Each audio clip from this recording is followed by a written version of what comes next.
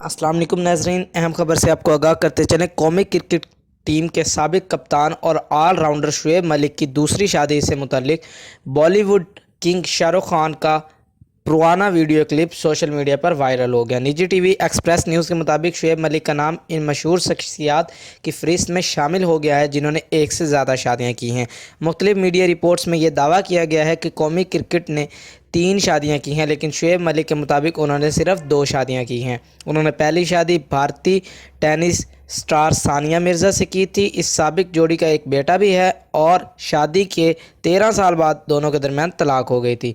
सानिया मिर्ज़ा से तलाक के बाद शुएब मलिक ने मारूफ अदाकारा सना जवेद से दूसरी शादी की, जिसका ऐलान इस जोड़ी ने रवां साल 20 जनवरी को अपनी सोशल मीडिया पर पोस्ट किया है।